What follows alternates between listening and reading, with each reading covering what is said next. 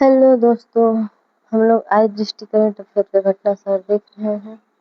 इसमें हमने उत्तर प्रदेश के बहुत सारे करंट अफेयर्स को देखे हैं और आज जो बचे हुए उत्तर प्रदेश के करंट अफेयर्स है वो देखते हैं। तो स्टार्ट करते हैं, चलिए। भारत का पहला स्वदेशी हाइड्रोजन फ्यूल सेल यात्री जहाज 11 दिसंबर 2025 को केंद्रीय मंत्री सर्बानंद सोनोवाल ने भारत के पहले स्वदेशी हाइड्रोजन फ्यूल सेल यात्री जहाज की वाणिज्यिक सेवा का शुभारंभ किया। कहाँ से? वाराणसी के नमो घाट से। कोचिन शिपयार्ड लिमिटेड द्वारा निर्मित यह जहाज पूर्णतः स्वदेशी तकनीक से निर्मित है और शून्य उत्सर्जन प्रौद्योगिकी का उपयोग करता है। उत्तर प्रदेश स्वच्छ वायु प्रबंधन कार्यक्रम 10 दिसंबर 2025 को विश्व बैंक के कार्यकारी निदेशकों के बोर्ड द्वारा उत्तर प्रदेश स्वच्छ वायु प्रबंधन कार्यक्रम के वित्तपोषण के लिए $299.66 मिलियन की राशि मंजूर की गई। इस राशि की अंतिम परिपक्वता अवधि 10 वर्ष है, जिसमें 2 वर्ष की छूट अवधि है। इस कार्यक्रम के तहत यह राशि परिवहन, कृषि एवं उद्योग जैसे क्षेत्रों में निवेश की जाएगी। इसके तहत 39 लाख परिवारों को स्वच्छ खाना पकाने की सुविधा तथा लखनऊ, कानपुर, वाराणसी और गोरखपुर में 50,000 इलेक्ट्रिक 3 व्हीलर और 500 इलेक्ट्रिक बसें शुरू की जाएंगी। किस कार्यक्रम के तहत? तो यह उत्तर प्रदेश स्वच्छ वायु प्रबंधन कार्यक्रम। अगला करंट अफेयर है अयोध्या से। 2 दिसंबर 2025 को उत्तर प्रदेश मंत्रिमंडल द्वारा अयोध्या में प्रस्तावित विश्व स्तरीय मंदिर संग्रहालय के पहले से लगभग दोगुने क्षेत्र यानी 52.102 एकड़ में विकसित किए जाने के प्रस्ताव को मंजूरी प्रदान की गई है। इस संग्रहालय परियोजना का निर्माण और संचालन टाटा सन्स द्वारा अपने CSR फंड से किया जाएगा। हमने पिछले वीडियो में CSR फंड के बारे में समझा था। भारत स्काउट्स एंड गाइड्स का 19वां राष्ट्रीय जम्बूरी 2025 23 से 29 नवंबर 2025 के मध्य इस कार्यक्रम का आयोजन लखनऊ, उत्तर प्रदेश में किया गया, जिसका मुख्य विषय था विकसित युवा विकसित भारत। बागपत की न्यूज है। 24 नवंबर 2025 को केंद्रीय मंत्री अश्विनी वैष्णव और जयंत चौधरी ने उत्तर प्रदेश के बागपत जिले के बड़ौत में चौधरी केहर सिंह दिव्या पब्लिक स्कूल में स्किल इंडिया सेंटर का लोकार्पण किया। कहाँ? बागपत में। इस पहल के माध्यम से नेशनल स्किल डेवलपमेंट कॉर्पोरेशन और रेडिंगटन फाउंडेशन बड़ौत और छपरौली ब्लॉक के लगभग 600 उम्मीदवारों, मुख्य रूप से वंचित युवा और महिलाएं प्रशिक्षण लेंगे। 24 नवंबर 2025 को ही दोनों मंत्रियों ने संयुक्त रूप से बड़ौत रेलवे स्टेशन पर दिल्ली और शामली, दिल्ली जंक्शन से शामली, दिल्ली जंक्शन और दिल्ली शहादरा से शामली, फिर दिल्ली शहादरा के बीच 2 main line electric multiple unit train सेवाओं का उद्घाटन किया और उन्हें हरी झंडी दिखाकर रवाना किया। 15 नवंबर 2025 को केंद्रीय मंत्री जयंत चौधरी की उपस्थिति में बागपत जिले के 15 सरकारी स्कूलों में डिजिटल इंफ्रास्ट्रक्चर को मजबूत करने के लिए राष्ट्रीय गुणवत्ता विज्ञान केंद्र सेवा इंक के 75 उच्च गुणवत्ता वाले नवीनीकृत कंप्यूटरों के डिस्पैच को चिन्हित करने हेतु फ्लैग ऑफ समारोह का आयोजन किया गया। सब कहाँ हो रहा है? तो सब बागपत में हो गया। दिव्य कला मेला 2025 इसका आयोजन लखनऊ, उत्तर प्रदेश में 15 से 23 नवंबर 2025 के मध्य हुआ था। Pledge promoting leadership and enterprise for development of growth engine park योजना यानी प्लेज पार्क योजना 14 नवंबर 2025 को उत्तर प्रदेश मंत्रिमंडल द्वारा राज्य में औद्योगिक निवेश को बढ़ावा देने हेतु प्लेज पार्क योजना में संशोधन को मंजूरी प्रदान की गई। 14 नवंबर को बाल दिवस मनाया जाता है भारत में। किसके जन्म दिवस पे अवसर पे? तो जवाहरलाल नेहरू के। इस निर्णय के अनुसार प्लेग पार्क हेतु प्रस्तावित भूमि को 12 मीटर के स्थान पर कम से कम 7 मीटर चौड़ी सड़क से जुड़े होने का प्रावधान किया जाएगा, जिसमें कम से कम 7 मीटर ब्लैक टॉप रोड तथा कम से कम 1.50 मीटर पेवमेंट फुटपाथ आदि शामिल होंगे। शर्त यह है कि संपर्क मार्ग की चौड़ाई 7 मीटर होगी। तो प्लेज पार्क में सिर्फ ग्रीन ऑरेंज कैटेगरी के उद्योगों को अनुमान्यता होगी। यदि संपर्क मार्ग की चौड़ाई 12 मीटर या अधिक है तो सभी श्रेणियों के उद्योगों को अनुमान्यता होगी। यदि प्लेज पार्क का क्षेत्रफल 15 से 50 एकड़ के मध्य होगा तो राज्य सरकार के लोक निर्माण विभाग द्वारा प्लेज पार्क तक 2.5 किलोमीटर सड़क का निर्माण कराया जाएगा। यानी प्लेज पार्क योजना के तहत कुछ संशोधन किए गए हैं, जिसमें जो प्रस्तावित भूमि थी उसको 12 मीटर से अब कम से कम 7 मीटर चौड़ी सड़क से जुड़े होने का प्रावधान किया गया है, जिसमें 7 मीटर चौड़ाई मार्ग वाले क्षेत्र को में ग्रीन और ऑरेंज कैटेगरी के उद्योग होंगे, जबकि 12 मीटर चौड़ाई वाले मार्ग में सभी उद्योग सम्मिलित होंगे। और अगर यह प्लेज पार्क 15 से 50 एकड़ के बीच है तो राज्य सरकार के पीडब्ल्यूडी द्वारा प्लेज पार्क 2.5 किलोमीटर तक बनाया जाएगा।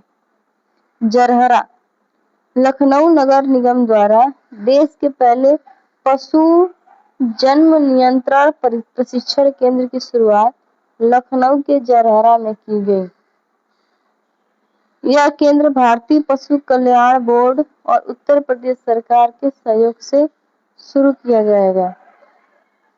इस केंद्र का संचालन human world for animals India के सहयोग से किया जा रहा है। देवरिया 18 अक्टूबर 2025 को केंद्रीय मंत्री शिवराज सिंह ने देवरिया जिले के पथरदेवा में किसान मेले का उद्घाटन किया। 9वां अयोध्या दीपोत्सव 2025 18 से 20 अक्टूबर 2025 के मध्य उत्तर प्रदेश के अयोध्या में दीपावली के अवसर पर दीपोत्सव 2025 का आयोजन किया गया, जिसमें सरयू नदी के तट पर 26,17,215 मिट्टी के दिए जलाकर गिनीज वर्ल्ड रिकॉर्ड बनाया गया। टाइटेनियम और सुपरलॉय मटेरियल प्लांट 18 अक्टूबर 2025 को रक्षा मंत्री राजनाथ सिंह ने लखनऊ में पीटीसी इंडस्ट्रीज के स्ट्रेटेजिक मटेरियल्स टेक्नोलॉजी कॉम्प्लेक्स में टाइटेनियम और सुपर अलॉय मटेरियल प्लांट को राष्ट्र को समर्पित किया। कहाँ पे? तो ये लखनऊ में समर्पित किया गया। पीटीसी इंडस्ट्रीज ने 1000 करोड़ रुपए का निवेश इस संयंत्र की स्थापना पर किया, जिसकी वार्षिक उत्पादन क्षमता 6000 टन से अधिक है। यह संयंत्र भारत को घरेलू और पुनर्नवीनीकरण स्रोतों से एविएशन ग्रेड टाइटेनियम और सुपर अलॉय का उत्पादन करने में सक्षम बनाता है। इस अवसर पर पीटीसी इंडस्ट्रीज लिमिटेड और भारत डायनेमिक्स लिमिटेड के बीच मिसाइलों, यूएवी और लोइटरिंग हथियारों के लिए प्रणोदन प्रणालियों, निर्देशित बमों, छोटे एयर इंजनों के डिजाइन, विकास और निर्माण हेतु एक संयुक्त उद्यम बनाने के लिए समझौता ज्ञापन भी हस्ताक्षरित हुआ। किसके बीच? तो यह पीटीसी इंडस्ट्रीज लिमिटेड और भारत डायनेमिक्स लिमिटेड के बीच। ब्रह्मोस मिसाइल की पहली खेप 18 अक्टूबर 2025 को रक्षा मंत्री राजनाथ सिंह और उत्तर प्रदेश के मुख्यमंत्री योगी आदित्यनाथ ने लखनऊ स्थित ब्रह्मोस एकीकरण एवं परीक्षण सुविधा केंद्र में निर्मित ब्रह्मोस मिसाइलों की पहली खेप को संयुक्त रूप से हरी झंडी दिखाई, जिसका वर्चुअल उद्घाटन रक्षा मंत्री द्वारा 11 मई 2025 को किया गया था। मात्र 5 महीने के भीतर पहला बैच तैयार कर दिया गया। ब्रह्मोस एक क्रूज मिसाइल है। इन्वेस्ट यूपी का पुनर्गठन। 13 अक्टूबर 2025 को उत्तर प्रदेश के मुख्यमंत्री योगी आदित्यनाथ ने राज्य में औद्योगिक निवेश को प्रोत्साहित करने हेतु इन्वेस्ट यूपी के पुनर्गठन प्रस्ताव को मंजूरी दी, जिसमें इन्वेस्ट यूपी को अधिक कार्यकुशल, विशेषज्ञता आधारित और निवेशक केंद्रित संस्था के रूप में विकसित करना है। इसके तहत टेक्सटाइल, ऑटोमोबाइल एवं इलेक्ट्रिक मोबिलिटी, केमिकल, इलेक्ट्रॉनिक्स और सर्विस सेक्टर जैसे क्षेत्रों में विशेषज्ञ सेल गठित किए जाएंगे। मुंबई, बेंगलुरु, हैदराबाद, चेन्नई और नई दिल्ली में सैटेलाइट इन्वेस्टमेंट प्रमोशन ऑफिस स्थापित किए जाएंगे, जिनके माध्यम से घरेलू और वैश्विक निवेशकों से सीधा संवाद स्थापित कर उत्तर प्रदेश में निवेश को प्रोत्साहित किया जाएगा। खुर्जा, बुलंदशहर। सितंबर 2025 में बुलंदशहर जिले के खुर्जा में निर्मित विश्व का पहला सिरेमिक अपशिष्ट पार्क जनता के लिए खोला गया। इस पार्क का नाम अनोखी दुनिया है। मिशन शक्ति 5.0।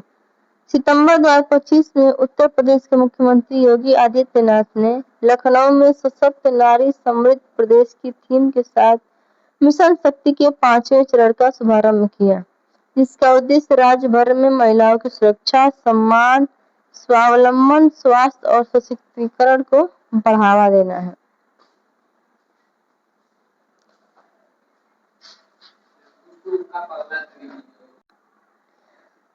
उत्तर प्रदेश इलेक्ट्रॉनिक्स घटक विनिर्माण नीति 2025।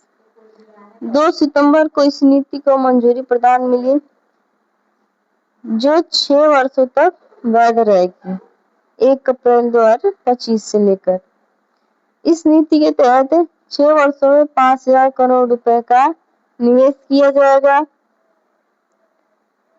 और इस नीति का क्रियान्वयन शासन स्तर पर गठित नीति कार्यान्वयन इकाई सशक्त समिति की देख रेख में नोडल संस्था द्वारा किया जाएगा।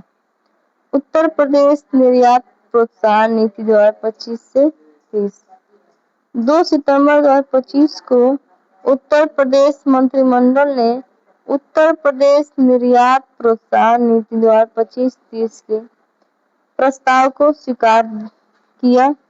स्वीकृति प्रदान की, जिसका लक्ष्य वर्ष 2030 तक पंजीकृत निर्यातकों की संख्या में 50% वृद्धि करना और सभी जनपदों को निर्यात गतिविधियों से जोड़कर क्षेत्रीय संतुलन सुनिश्चित करना है। नीति के प्रभावी क्रियान्वयन, अनुश्रवण और रणनीतिक परिणामों को सुनिश्चित करने के लिए निर्यात प्रोत्साहन ब्यूरो उत्तर प्रदेश में प्रोजेक्ट मैनेजमेंट यूनिट की स्थापना की जाएगी। यानी उत्तर प्रदेश निर्यात प्रोत्साहन नीति को मैनेज करने के लिए निर्यात प्रोत्साहन ब्यूरो उत्तर प्रदेश में प्रोजेक्ट मैनेजमेंट यूनिट की स्थापना की जाएगी। उत्तर प्रदेश आउटसोर्स सेवा निगम। 2 सितंबर 2025 को उत्तर प्रदेश मंत्रिमंडल द्वारा कंपनीज एक्ट 2013 के सेक्शन 8 के अंतर्गत एक गैर लाभकारी ऑर्गेनाइजेशन के रूप में उत्तर प्रदेश आउटसोर्स सेवा निगम का गठन किया जाने का प्रस्ताव स्वीकृत हुआ है। यह निगम आउटसोर्स कर्मियों को न्यूनतम पारिश्रमिक का भुगतान सुनिश्चित कराने का काम करेगा। नोएडा। 30 अगस्त 2025 को केंद्रीय मंत्री अश्विनी वैष्णव ने नोएडा में मोबाइल उपकरणों के लिए देश के पहले टेम्पर्ड ग्लास विनिर्माण सुविधा का उद्घाटन किया। यह ऑप्टिमस इलेक्ट्रॉनिक्स द्वारा यूएसए के कार्निंग इनकॉर्पोरेटेड के साथ साझेदारी में स्थापित किया गया है। यानी यूएसए कंपनी के साथ साझेदारी किया गया है जिसका नाम है कार्निंग इनकॉर्पोरेटेड। उत्तर प्रदेश ग्रामीण आबादी अभिलेख अधिनियम 2025 2 जनवरी 2026 को अधिनियमित उत्तर प्रदेश ग्रामीण आबादी अभिलेख अधिनियम 2025 के माध्यम से घरौनी निर्मित होने के पश्चात होने वाले वरासत, विक्रय आदि के कारण नामांतरण अथवा संशोधन तथा किसी लिपिकीय त्रुटि या लोप के सुधार तथा दूरभाष संख्या एवं पतों को अद्यतनिकृत किए जाने के विकल्प का प्रावधान किया गया है। इन सबको अपडेट कराने के लिए यदि नंबर चेंज हो गया, कोई नया विरासत के बाद किसी को संपत्ति हस्तांतरित करनी है, संपत्ति बेचना है, किसी को नाम दर्ज कराने के लिए ये सब विकल्प इसमें दिए गए हैं। इन सब कामों को आसान किया गया है। सीएम युवा कॉन्क्लेव एंड एक्सपो 2025 30 से 31 जुलाई 2025 के मध्य यह कार्यक्रम लखनऊ उत्तर प्रदेश में आयोजित किया गया।